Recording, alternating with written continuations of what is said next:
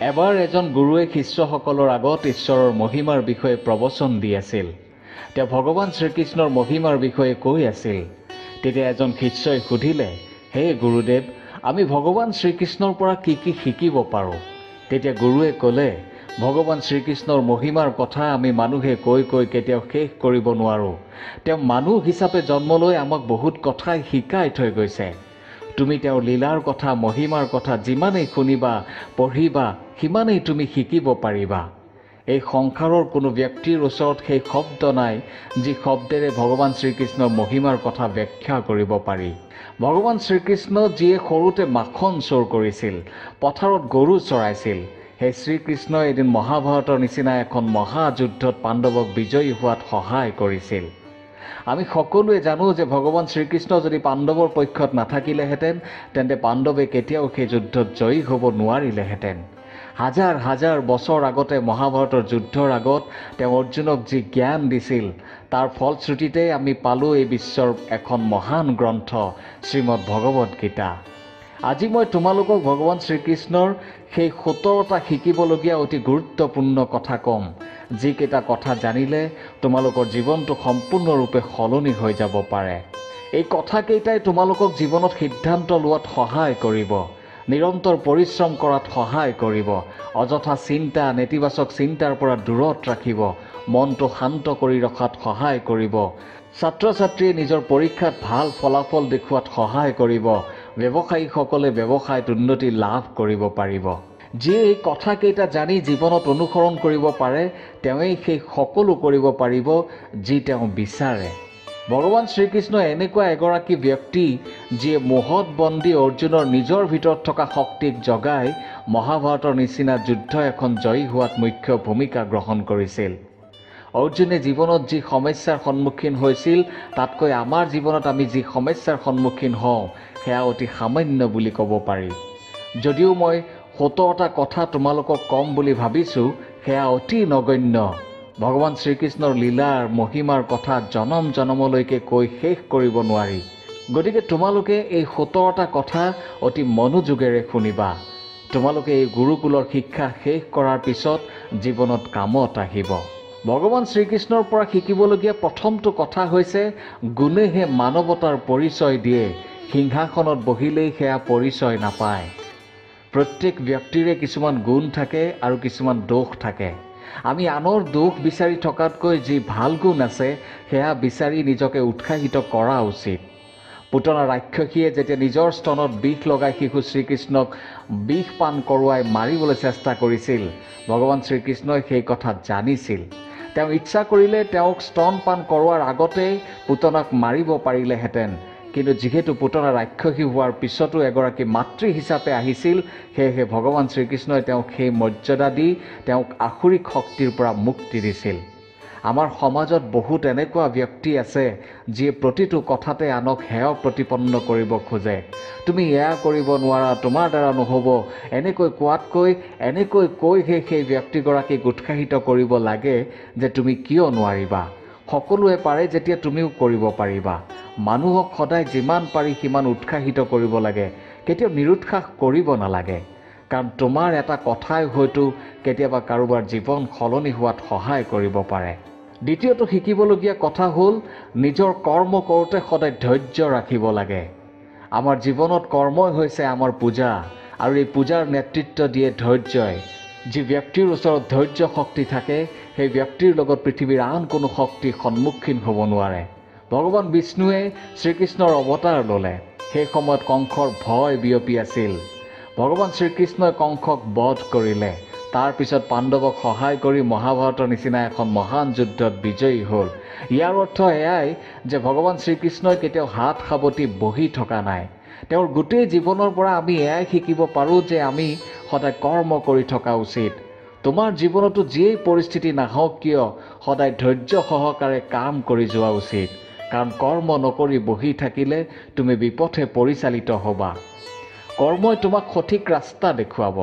শ্ৰীকৃষ্ণই ভগৱদ গীতাত কৈছে যে মই কাৰো ভাগ্য নিলিখোঁ, মানুহে নিজৰ ভাগ্য নিজেই লিখে, আৰু সেয়াও নিজৰ কৰ্মৰ দ্বাৰা। কাৰণ তুমি যি কৰ্ম কৰিবা তাৰ ফল নিশ্চয় পাবা, আৰু আজি যি ফল তুমি পাইছা সেয়াও তুমি আগতে কৰা কৰ্মৰ ফল। তোমাৰ লক্ষ্য পাওঁতে যদি সময় লাগে তেন্তে কেতিয়াও ধৈৰ্য হেৰুৱাব নালাগে। তোমাৰ ধৈৰ্যই নিৰ্ণয় কৰিব যে তুমি তোমাৰ কৰ্ম কৰাৰ প্ৰতি কিমান দৃঢ়। ছাত্ৰ ছাত্ৰী, ব্যৱসায়ী সকলোৰে বাবে এই ধৈৰ্য অতি মহত্বপূৰ্ণ। কাৰণ ধৈৰ্য যদি নাথাকে তেন্তে কোনো ছাত্ৰ ছাত্ৰীয়ে নিজৰ ইচ্ছানুসাৰে ফল আশা কৰিব নোৱাৰে আৰু কোনো ব্যৱসায়ীয়ে ইচ্ছানুসাৰে ধন উপাৰ্জন কৰিব নোৱাৰে। তৃতীয়টো কথা যিটো আমি ভগৱান শ্ৰীকৃষ্ণৰ পৰা শিকিব লাগে সেয়া হৈছে সদায় শান্ত হৈ থাকিব লাগে, নিজকে শান্ত কৰি ৰাখিব লাগে। ভগৱান শ্ৰীকৃষ্ণই পেহীয়েকক কথা দিছিল যে 100টা ভুললৈকে শিশুপালক ক্ষমা কৰি দিব। 100টাকৈ ভুল কৰিলে শিশুপালে শ্ৰীকৃষ্ণক 100 বাৰ অপমান কৰিলে, তথাপি নিজেই শান্ত হৈ থাকি সহ্য কৰি থাকিলে। কিন্তু 100 হোৱাৰ পিছতহে শিশুপালক ক্ষমা নকৰিলে। অহংকাৰী দুৰ্যোধনে ৰাজসভাত কিমান অপমান কৰিলে, তথাপি ভগৱান শ্ৰীকৃষ্ণই তাৰ একো উত্তৰ নিদিলে, বৰং নিজৰ লক্ষ্যৰ ওপৰত শান্ত হৈ কাম কৰি থাকিলে। তেওঁৰ প্ৰধান লক্ষ্য আছিল হ'বলগীয়া ধৰ্মযুদ্ধত অধৰ্মৰ নাশ কৰি ধৰ্ম প্ৰতিষ্ঠা কৰা। সদায় নিজকে শান্ত ৰখা উচিত। অপমানেই হওক বা তেনে কোনো কথাই হওক যিবোৰ তোমাৰ কামত নাহে, তেনে কথাৰ প্ৰত্যুত্তৰ দি নিজৰ মূল্যৱান সময় কেতিয়াও নষ্ট কৰিব নালাগে। যেতিয়ালৈকে তুমি তোমাৰ লক্ষ্যত উপনীত নোহোৱা বা যেতিয়ালৈকে তোমাৰ কাম সম্পূৰ্ণ নহয়, তেতিয়ালৈকে আনৰ কথাত মন নিদি শান্ত হৈ নিজৰ কাম কৰি যাব লাগে।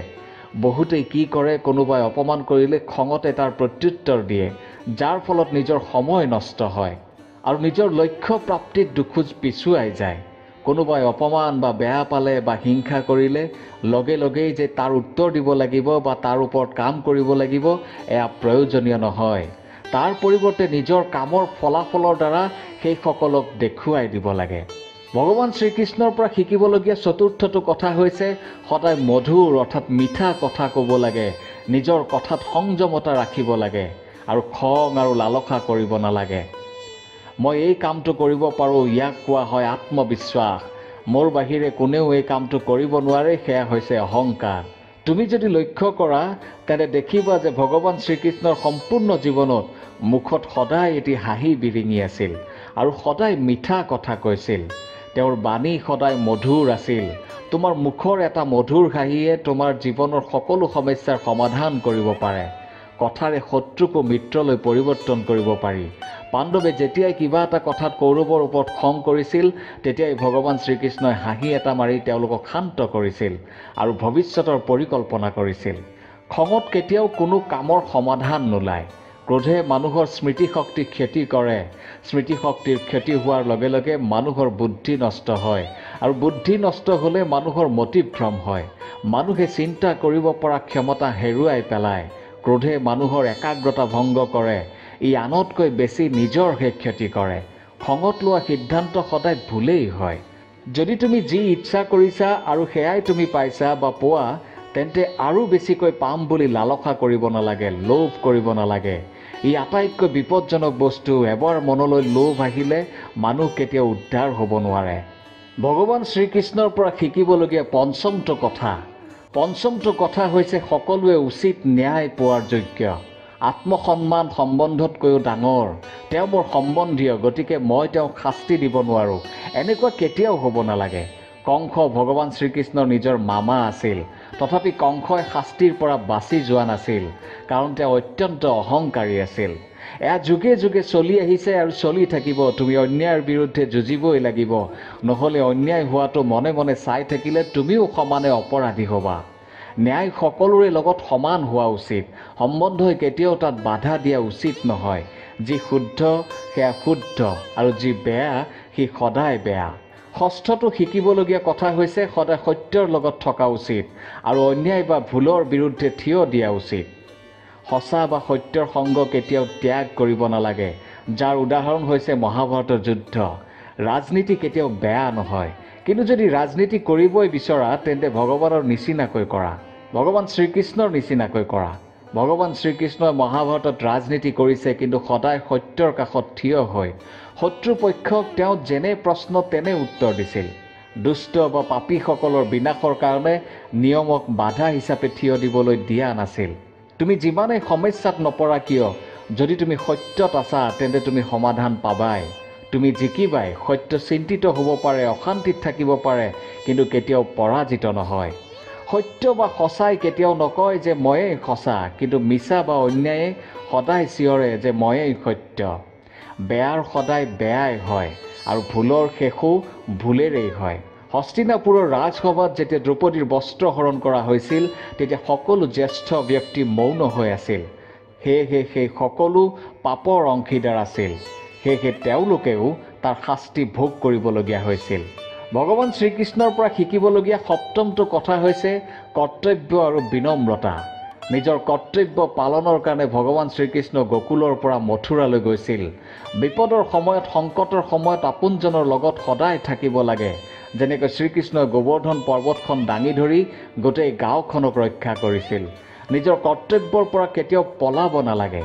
ভগৱান শ্ৰীকৃষ্ণই দ্বাৰকাৰ ৰজা হোৱাৰ উপৰিও এই সৃষ্টিৰ পালনকৰ্তা আছিল। তথাপি তেওঁৰ সেই অহংকাৰ নাছিল। তেওঁ সদায় বিনম্ৰ আছিল। তেওঁ সকলোৰে প্ৰতি সমান শ্ৰদ্ধা ৰাখিছিল। পিতৃ, মাতৃ, গুৰু আৰু প্ৰজা সকলোকে সমান চকুৰে চাইছিল। তেওঁলোকৰ সুখৰ বাবে সদায় কাম কৰিছিল। এই বিনম্ৰ স্বভাৱৰ কাৰণে তেওঁ যলৈকে গৈছিল তাতেই তেওঁক সহায় কৰাৰ বাবে সকলো উপস্থিত হৈছিল। গতিকে ভগৱান শ্ৰীকৃষ্ণৰ দৰে আমিও নিজৰ কৰ্তব্যৰ প্ৰতি নিষ্ঠা ৰখা উচিত আৰু বিনম্ৰ হোৱা উচিত। ভগৱান শ্ৰীকৃষ্ণৰ পৰা শিকিবলগীয়া অষ্টমটো কথা হৈছে সদায় সমাজৰ হকে কাম কৰিব লাগে। মানুহে সদায় সমাজৰ উদ্ধাৰৰ কাৰণে কাম কৰিব লাগে। সমাজৰ ৰক্ষাৰ বাবে কেতিয়াও পিছলৈ চাব নালাগে। এবাৰ জৰাসন্ধই এখন গাঁও দখল কৰিছিল আৰু সেই গাঁওখনত যথেষ্ট সংখ্যক ব্ৰাহ্মণ আছিল। ভগৱান শ্ৰীকৃষ্ণই দেখিলে যে জৰাসন্ধৰ লগত যুদ্ধ কৰিলে এই ব্ৰাহ্মণখিনিৰ অকালতে মৃত্যু হ'ব। সেয়েহে তেওঁ সেই যুদ্ধস্থল এৰি পলাইছিল। সেয়েহে তেওঁক ৰাঞ্চোৰ নামেৰেও জনা যায়।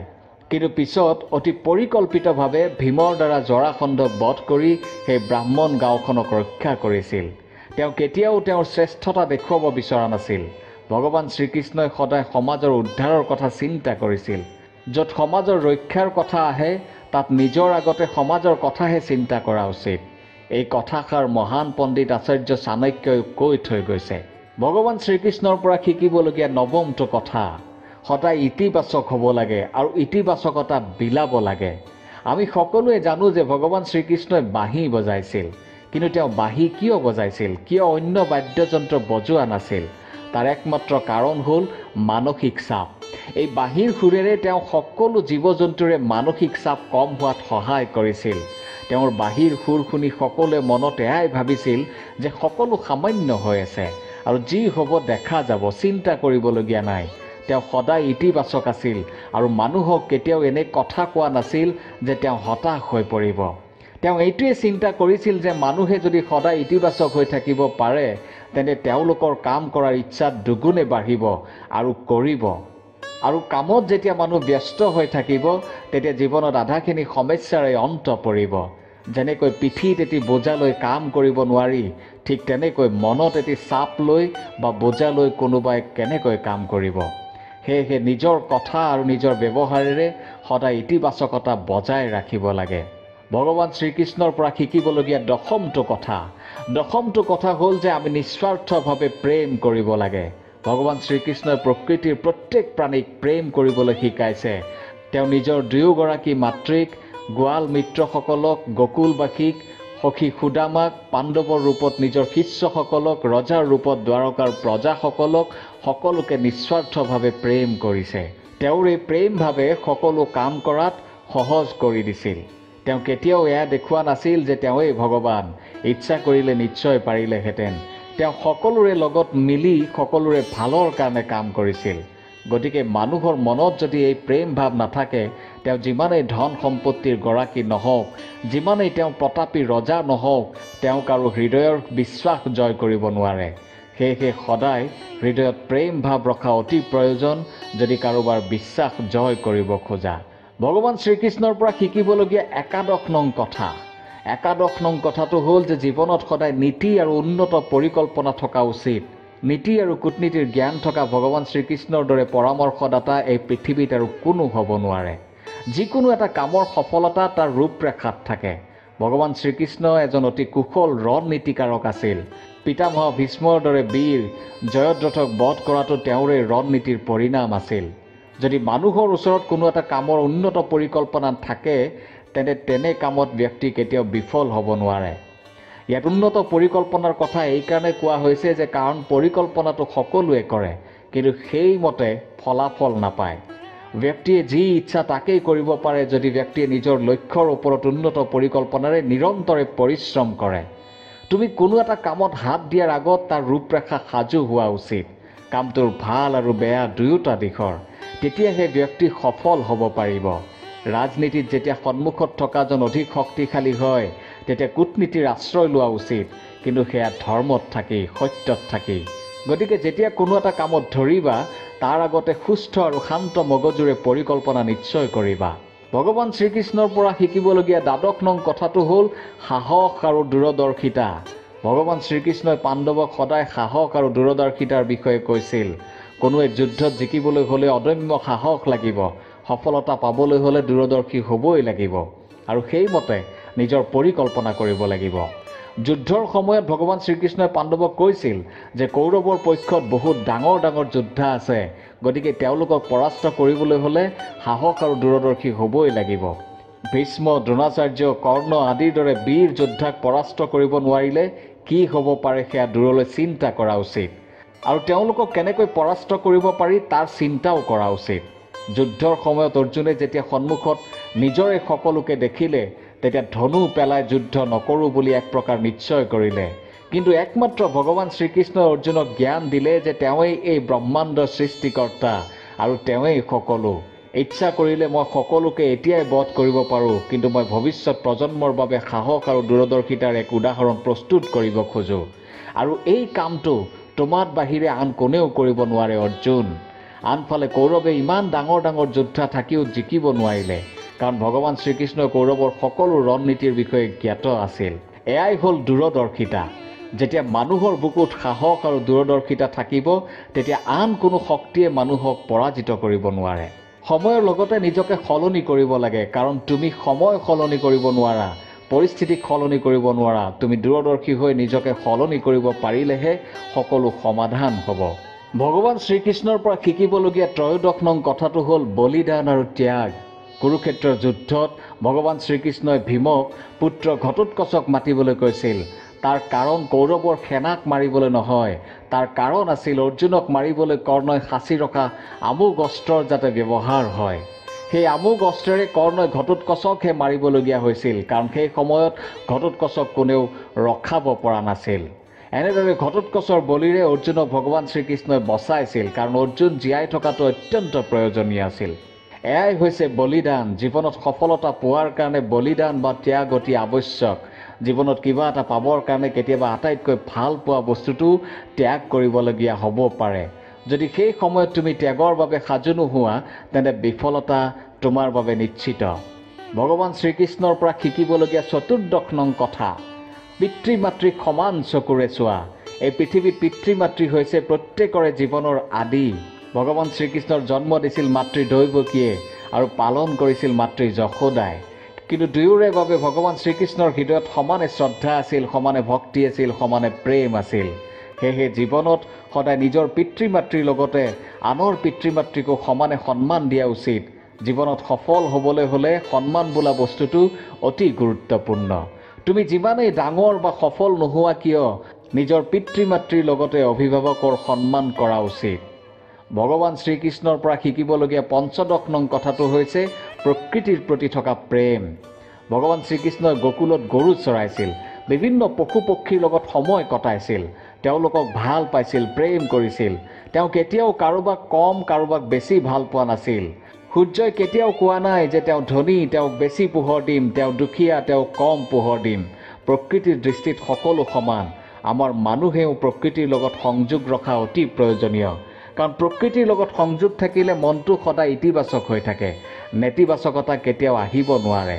প্ৰকৃতি নাথাকিলে আমি কেতিয়াও জীয়াই থাকিব নোৱাৰোঁ। সেয়েহে সদায় প্ৰকৃতিৰ লগত জড়িত হৈ থাকিবা। ১৬ নং শিকিবলগীয়া কথা, বন্ধুত্ব হৈছে আটাইতকৈ ডাঙৰ সম্বন্ধ। এই পৃথিৱীত বন্ধুত্ব হৈছে আটাইতকৈ ডাঙৰ সম্বন্ধ। ভগৱান শ্ৰীকৃষ্ণৰ পৰম মিত্ৰ আছিল সুদামা আৰু দ্ৰৌপদী। যিকোনো পৰিস্থিতিতে ভগৱান শ্ৰীকৃষ্ণই দ্ৰৌপদীক সহায় কৰিছিল। মিত্ৰ সুদামৰ প্ৰতি থকা প্ৰেম আজিও বন্ধুত্বৰ এক সৰ্বোত্তম উদাহৰণ। মানুহে নিজৰ মিত্ৰৰ লগত কেতিয়াও প্ৰবঞ্চনা কৰিব নালাগে। মিত্ৰৰ যিকোনো বেয়া পৰিস্থিতিত সদায় লগত থাকিব লাগে। কোৱা হয় যে সঁচা বন্ধুত্ব বা মিত্ৰতা বহুত ভাগ্যৰ বলতহে পোৱা যায়। দ্ৰৌপদীৰ বস্ত্ৰহৰণৰ সময়ত ভগৱান শ্ৰীকৃষ্ণই দ্ৰৌপদীক কেনেকৈ সহায় কৰিছিল সেয়া আমি সকলোৱে জানো। গতিকে মিত্ৰতা বা বন্ধুত্বক সদায় উচিত মূল্য দিয়া উচিত।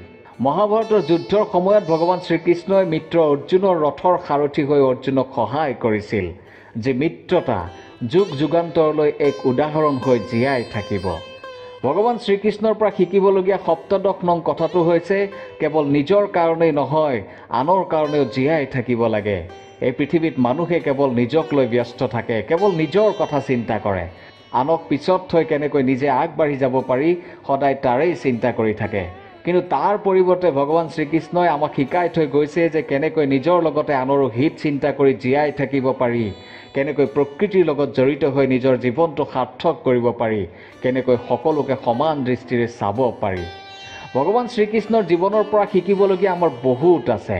কিন্তু কেৱল শিকাই নহয়, এই সকলোবোৰ যদি আমি আমাৰ জীৱনত অনুসৰণ কৰি কাৰ্যক্ষম কৰিব পাৰোঁ তেন্তে এই পৃথিৱীত নিজৰ লগতে সমাজৰো ভাল হোৱাটো নিশ্চিত। গতিকে প্ৰিয় দৰ্শক, আগবাঢ়ক ইতিবাচক পজিটিভ চিন্তাৰে লক্ষ্যস্থান নিশ্চয় পাব। নেতিবাচকৰ পৰা ইতিবাচকলৈ পৰিৱৰ্তন কৰা মোৰ এই যাত্ৰাৰ অংশীদাৰ হওক, মোৰ এই প্ৰয়াসৰ অংশীদাৰ হওক। আৰু চাই থাকক, শুনি থাকক মটিভেটৰ নিৰঞ্জনৰ মটিভেশ্যন। আৰু সদায় সুস্থ থাকক, সুস্থ চিন্তা কৰক, সুস্থ খাওক, নিজৰ লগতে আনৰ লগতে নিজৰ দেশখনকো বচাওক। ধন্যবাদ।